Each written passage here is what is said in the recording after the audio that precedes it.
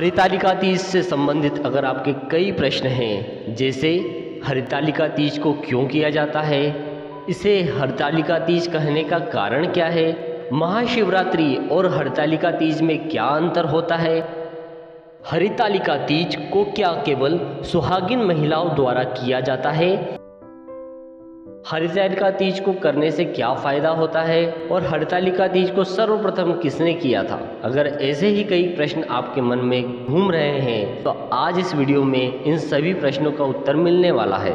इस व्रत को हरितालिका तीज इसलिए कहा जाता है क्योंकि हरित का मतलब है हरण करना और तालिका का मतलब है सखी।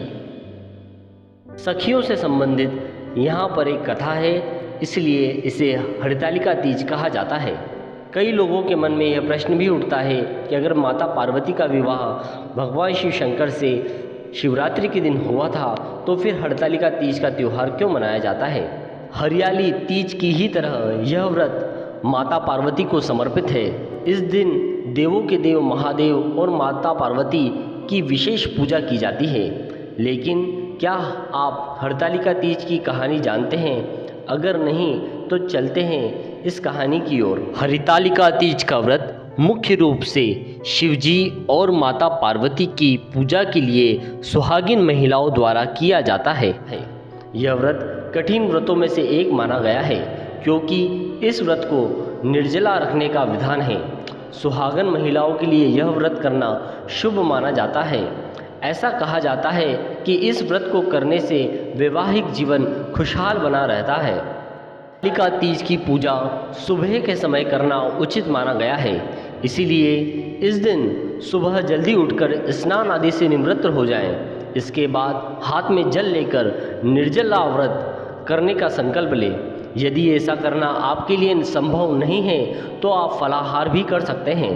इस दिन अपने श्रृंगार में अधिक से अधिक हरे रंग का प्रयोग करें। अपने मंदिर की अच्छे से सफाई करने के बाद पूजा स्थल पर एक चौकी रखें और उस पर लाल रंग का कपड़ा बिछा दें। अब इस चौकी पर शिव और पार्वती की तस्वीर या प्रतिमा स्थापित करें। गणेश जी को तिलक लगाकर पूजा की शुरुआत करें और उन्हें दुर्वा भी अर्पित कर सकते हैं। इसके साथ महादेव को बेलपत्र और माता पार्वती को श्रृंगार की सामग्री अर्पित करें। पूजा संपन्न होने के बाद शिवजी और माता पार्वती की आरती करें और सभी को प्रसाद वितरित करें।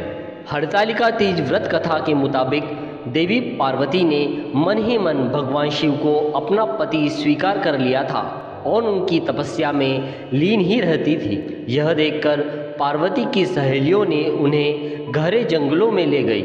वहाँ माता पार्वती ने कठोर तपस्या की और भगवान शिव को पति के रूप में स्वीकार कर लिया।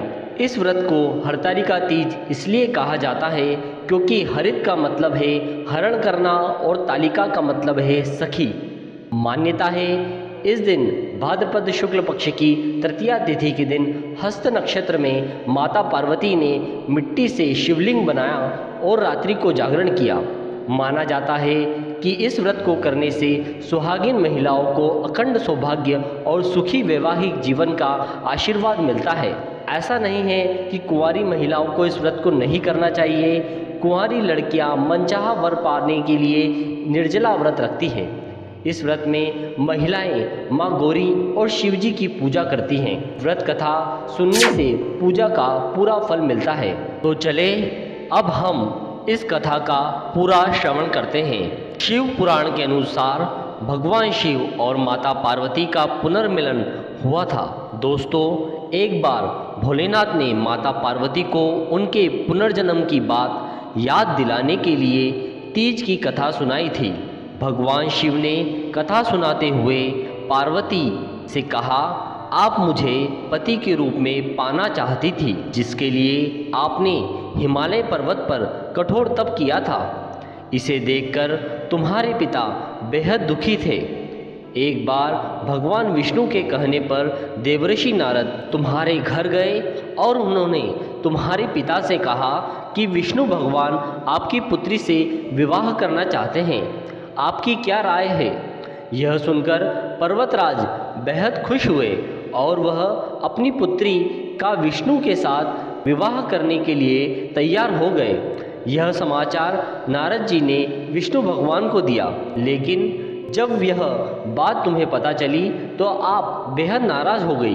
तुम मुझे मन ही मन अपना पति भी मान चुकी थी। यह बात तुमने अपनी सहेली को बताई, तब उन्होंने तुम्हारी मदद करने के लिए तुम्हें एक घने वन में छुपा दिया। वह एक ऐसा वन था जहां तुम्हारे पिता कभी भी नहीं पहुंच सकते थे। तुम इस वन में ध्यान लगाया करती थी और गहन तप किया करती थी। पर्वतराज तुम्हारे न मिलने से बहुत परेशान थे। वे इस चिंता में थे कि यदि भगवान विष्णु बारात लेकर आ गए और तुम नहीं मिली तो वे नाराज हो जाएंगे। भोलेनाथ माता पार्वती से कहते हैं कि धरती पाताल एक करके भी तुम्हारे पिता तुम्हें नहीं ढूंढ पाए, क्योंकि तुम उस वन में एक गुफा के अंदर मेरी आराधना कर रही थी। तुमने रेत का एक शिवलिंग बनाया था। तुम्हारे तप से प्रसन्न होकर मैंने तुम्हारी मनोकामना पूरी करने का विचार किया। इस बीच तुम्हारे पिता तुम्हें खोजते हुए गुफा में पहुंच गए। तुम्हें वहां देखकर पर्वतराज बेहद खुश हुए।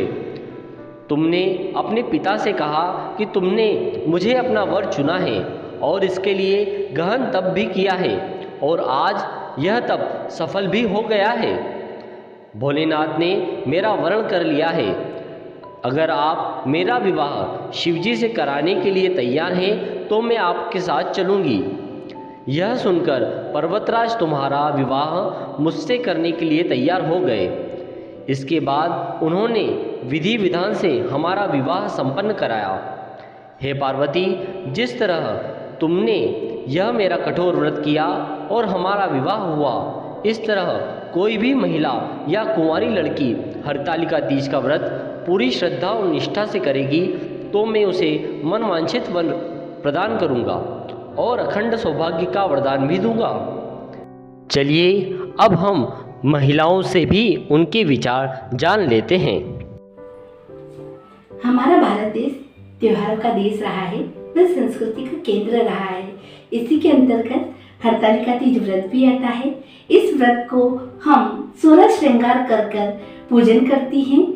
भोलेनाथ व माता पार्वती जी का सुहागन महिलाएं इस व्रत को अखंड सौभाग्य के लिए करती है। वह कुंवारी कन्या द्वारा भी इस व्रत को किया जाता है।